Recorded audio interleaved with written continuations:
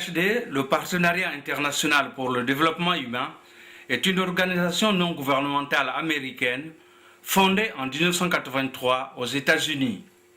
Le siège de IPHD, ici au centre-ville de Brazzaville, se trouve au numéro 159 de la rue des Mouettes. Pour mener ses activités au Congo-Brazzaville, IPHD a signé un accord de base et un accord de siège avec le ministère congolais des Affaires étrangères et de la coopération, ainsi qu'avec le ministère congolais de l'économie et du plan. IPHD, le Partenariat international pour le développement humain, intervient dans l'amélioration des revenus des couches vulnérables, notamment les déplacés, les veuves et les orphelins de guerre, les ex-miliciens, les jeunes sans emploi, avec des projets comme la relance de la production du cacao et ici, il y a quelque temps, à Ikalou, sous-préfecture de Madingoukai, département du Kwilu. Cacao acheté par un jeune fabricant de chocolat équipé par IPHD à Pointe-Noire. Un grand merci parce que l'IPHD aspire au développement de notre pays. IPHD soutient aussi les initiatives de production et de création d'emplois, notamment dans la couture, le maraîchage et les petites fermes. Un appui agropastoral qui s'est caractérisé depuis par un grand projet de mécanisation agricole avec l'assistance technique de IPHD et portant sur l'accès des paysans aux machines et équipements agricoles, la réduction de la pénibilité du travail, l'augmentation des superficies exploitées, l'augmentation de la production agricole et la promotion de la modernisation de l'agriculture. Dans tous les pays du monde, le symbole de la modernisation de l'agriculture, c'est l'introduction de la moissonneuse-batteuse. Or, dans notre pays, nous avons maintenant des moissonneuses-batteuses, pas simplement propriété de l'État, mais aussi propriété de certains opérateurs agricoles privés qui commencent à les introduire. Nous essayons de faire une grande publicité à travers les chambres de commerce, auprès des éleveurs, auprès des producteurs agricoles, en tout cas de ce type, pour qu'effectivement ceux qui ont des petits broyeurs ou des petits mélangeurs puissent entendre notre voix et venir vers nous pour que nous les acheminons vers les différents producteurs. Le projet de la mécanisation agricole est mené simultanément avec le projet des fermes communautaires de production agricole, FCPA, qui, avec la gestion de IPHD, vise l'accompagnement des groupements paysans dans la modernisation de l'agriculture, l'exploitation mécanisée des terres pour augmenter la production et les revenus, le transfert des techniques modernes d'exploitation agricole et la lutte contre la pauvreté.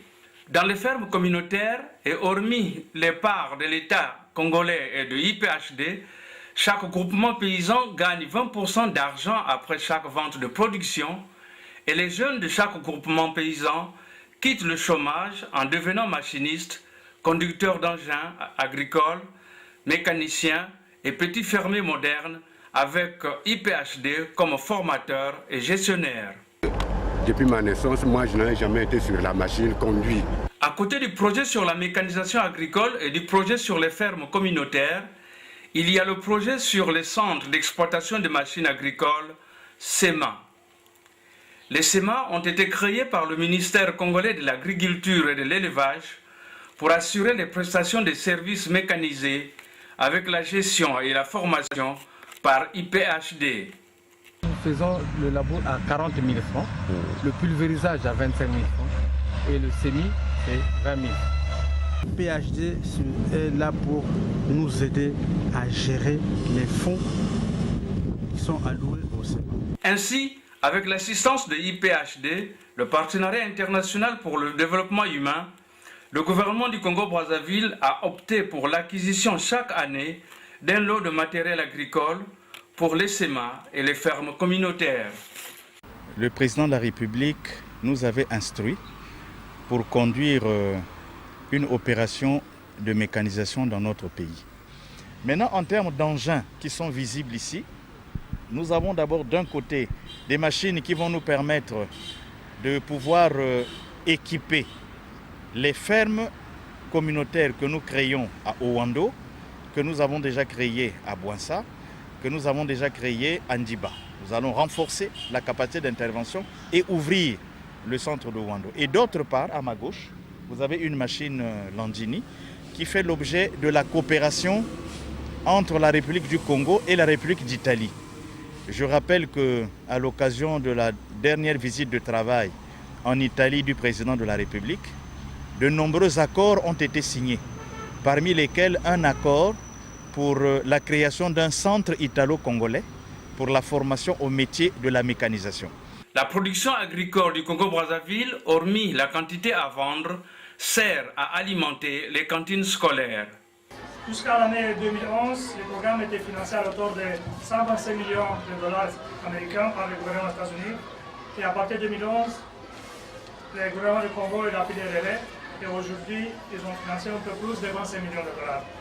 Ça fait environ 10 milliards de francs CFA. Aujourd'hui, les cantines scolaires sont étendues à tous les territoires du pays, contraire à la période 2001-2011. On couvre aujourd'hui 165 000 enfants, 125 000 financés avec les fonds du gouvernement du Congo. Et ça, c'est très appréciable. Ça reste toujours 30 000 élèves qui sont financés par le département américain de l'agriculture et par le gouvernement du Congo. Aujourd'hui, IPHD, il emploie 65 personnes, sans compter les 1400 cuisiniers qui bénéficient des programmes. On a 8 bureaux au pays et 10 dépôts.